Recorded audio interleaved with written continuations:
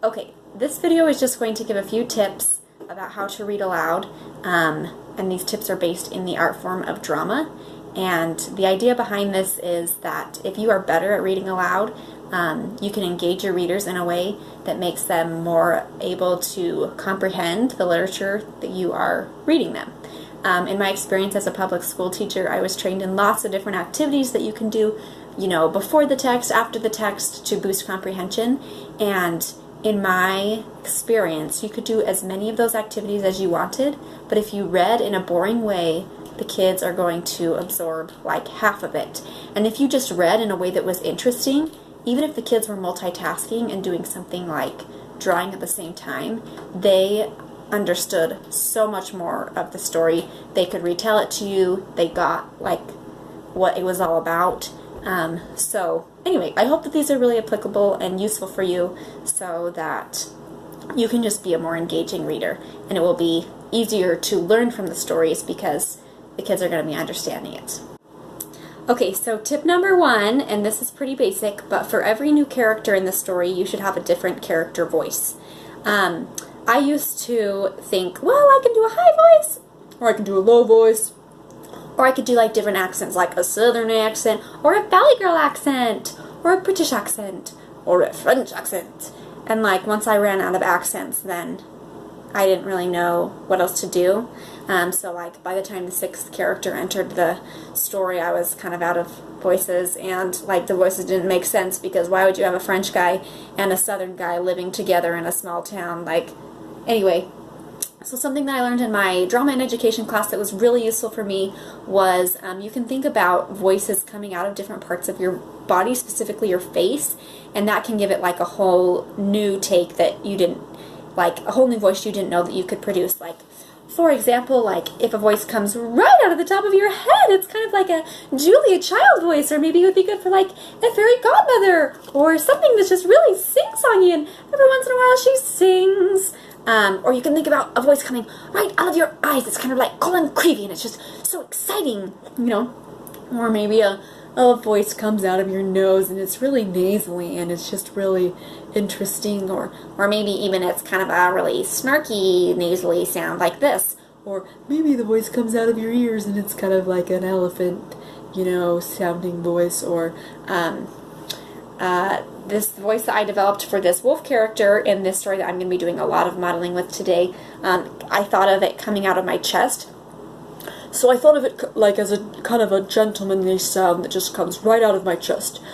You can like just kind of pick a body part, especially around your face, and think about sound coming out of it, and it can kind of help you create a new sound.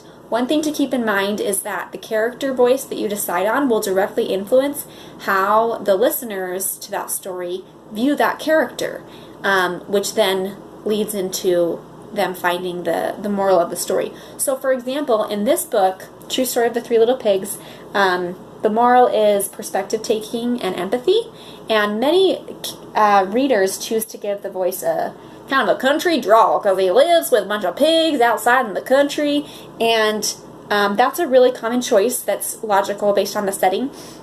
But I chose to give him just this very gentlemanly accent because I wanted my listeners to develop more empathy for the wolf and think, oh, he's not just some country bumpkin that is always getting into trouble. I wanted them to think, maybe he's sophisticated and educated, and he has real reasons for doing what he does, and maybe I should have more empathy for him, and have I ever really thought about how the wolf feels?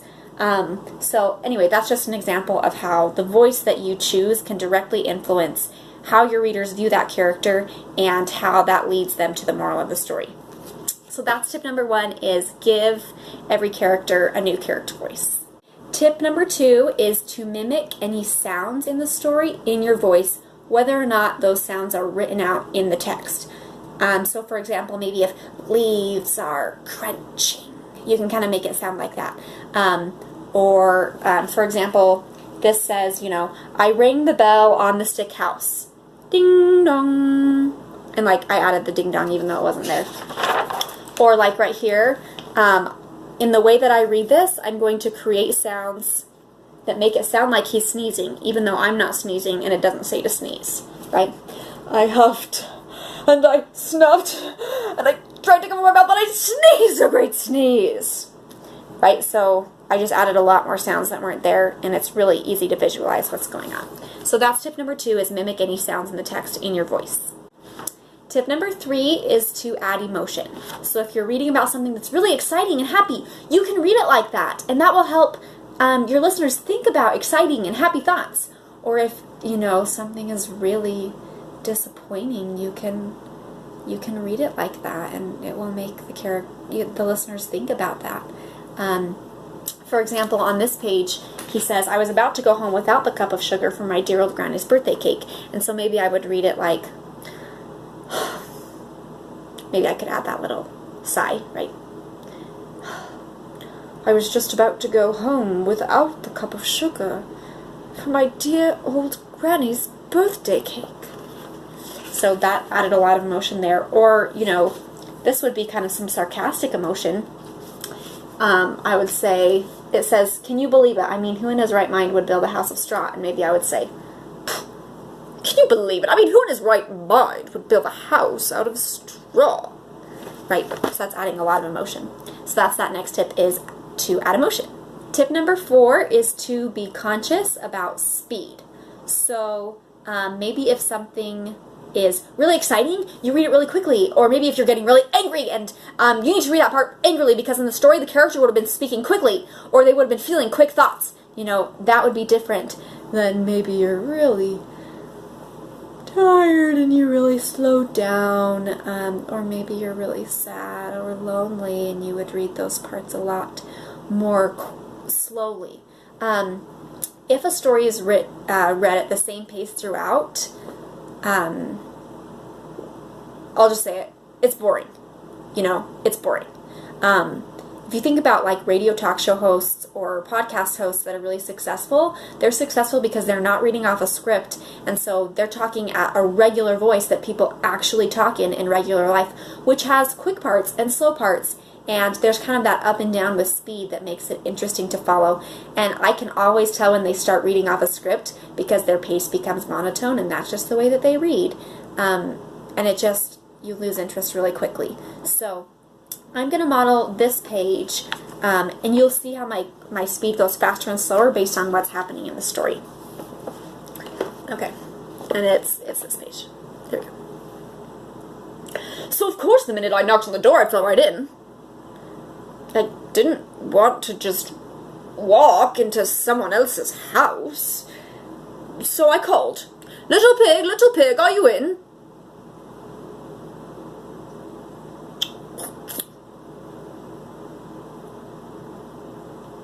No answer.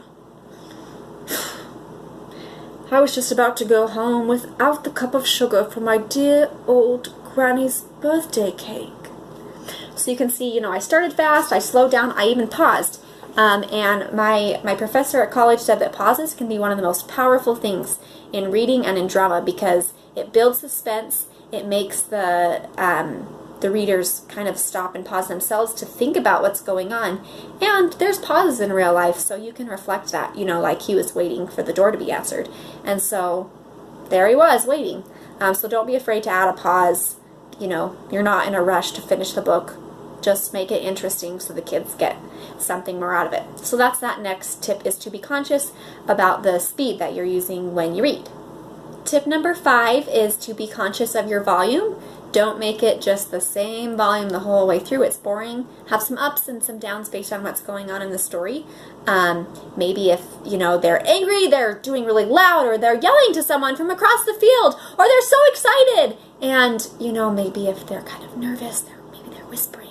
Or maybe they just realize something that's so important and they're going to keep it to themselves. I'll just model a little bit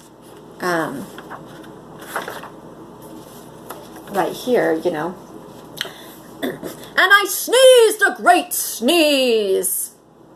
Like, obviously that was appropriate because, look, there's, like, explosions and the house is falling down. And you know what? That whole darn straw house fell down. And right in the middle of the pile of straw was the first little pig, dead as a doornail. he had been home the whole time. So you can see how I kind of got quieter and kind of this angry, I was adding some emotion because suddenly the wolf was feeling betrayed that he didn't answer the door and he was lying. Anyway, so you can use volume. That is tip number 5. Okay, tip number 6 is going to be to add your own opinion as the narrator, your own opinion or bias. So maybe as you're reading, something happens and you really agree with it and you think, your listeners should notice that because it leads to understanding the moral. So maybe you do a little nod like, mm-hmm. Or maybe you do a little like, maybe you don't agree with it. Maybe I'm reading this and it says, the pig yelled back, "Go away, wolf, you can't come in, I'm shaving the hairs on my chin, chin, chin." And I maybe do like a little eye roll, right? That shows that as the narrator, I disagree with this pig's behavior, and I want my readers to kind of get a sense for that. Maybe right here I'm empathizing with the wolf. He had been there, instead of just saying like, he had been there the whole time. Maybe I'm like, he had been there the whole time. And I'm just showing that I'm empathizing with the wolf and thinking that the pig's behavior was unacceptable. And, the book doesn't say to agree with the wolf or to agree with the pig, but I know where I stand and I know where I want my listeners to kind of be guided to in the end. And you can kind of add your own little thing, like an eye roll or a, maybe it's a shrug like, and it just kind of is kind of adding in your narrator bias, giving them more to think about. So that's the next tip, is to add your own opinion as a narrator. Yes. Tip number 7 is to model your thinking as a reader. So you don't want your kids to be readers that just read something and don't think about it. And so part of the way that you can train them to be thinking about what they're reading is you model it. So maybe you're reading something and it's a really important part, and maybe it's one of those parts that I've suggested to ask a discussion question. And so you model what you're thinking by saying it. So you have to make it really obvious that you're coming out of the story and that you're not just continuing the story. So I would, stop your voices, look away, address the child, and be like, I was huffing and puffing and sneezing and making a real scene. Wow, what do you think about that? I'm kind of embarrassed for him, but I feel bad for him too. And all you're doing is you're demonstrating to the child that that's normal to do, to think, to form opinions as you read, and to just model that thinking. This can also be connected with a pause. So maybe it's a part in the story that's really, really powerful. Like, I'm thinking of, here, let me pause and get the giving tree. For example, in like the story of the giving tree, like this part, you're like, and the tree was happy, but not really. And you could kind of pause, like, man, I feel sad for the tree. Or even without saying that, you could just pause and just kind of look at it and, and then just keep going. And you're just modeling thinking for your kids. So that's tip number 7. Number 8 is to model drawing attention to the pictures in the story. So they say a picture is worth 1,000 words. And especially with picture books, sometimes half the story or more than half the story is in the pictures. So, for example, Lily's purple plastic purse, there's some parts in here where if you don't look at the picture, you're missing half the story. You can see right here, the kids are yelling, "Yippee, fried cheese balls," and, all sorts of things are going on that aren't even described in the text, that you wouldn't get, without that. Or, let's see, this other page. There's like this whole letter written only in pictures, or there's, Lily, the text just says, Lily sneaked a drawing into Mr. Slinger's book bag. But you can see what the drawing is all about. Big, fat, mean Mr. Slinker, and you have to look at the picture to get that. Sometimes, especially like in Mercer Mayer books, the text will say one thing, and it's working against the illustration, and the illustration is telling the real story. So like, for example, in the story of, him with his babysitter, the text says, "I was very helpful for the babysitter." And the picture shows him, throwing popcorn all over the house, and the babysitter is rolling her eyes. And you wouldn't get that if you didn't look at the pictures. Another thing that's interesting, and it's just part of creating, appreciating the art, is sometimes in the illustration, there's just things that you wouldn't have noticed otherwise. And like, for example, in Fanny's dream, in the clouds, there are like animals hidden in every illustration. Sometimes they're in the clouds, sometimes they're in the bushes, and it's not connected to the story at all, but it's just something that's beautiful, that the illustrator put in there, and you should just kind of notice it. It's just kind of part of it. The other thing is most children learn visually. About 40% of learners are visual learners. A lot less of those learners, about 25%, learn auditorily. So if you, are only catering to the auditory learners, you're missing, the primary way that all the visual learners are learning. So if you can train them by commenting on the photos, like, "Oh, did you notice the mice in that picture?" Or, "Look at what she wrote to Mr. Springer," then you can cater to their primary method of learning. Last tip, tip number 9, is to just practice ahead of time. If you can just glance through the book even, or I like practicing reading it aloud, that way you have a plan for, what your voices are going to be, when you're going to pause, what characters you're going to empathize with, what characters you think aren't acting correctly. Then it's just going to be a lot better if you practice ahead of time. All these skills are going to come out and actually work for you and work to help guide the kids to the moral, instead of, "I don't really know where the story is going and I hope we get there in the end." So, yeah, I hope that these tips were useful for you, and thanks for sticking around and learning them.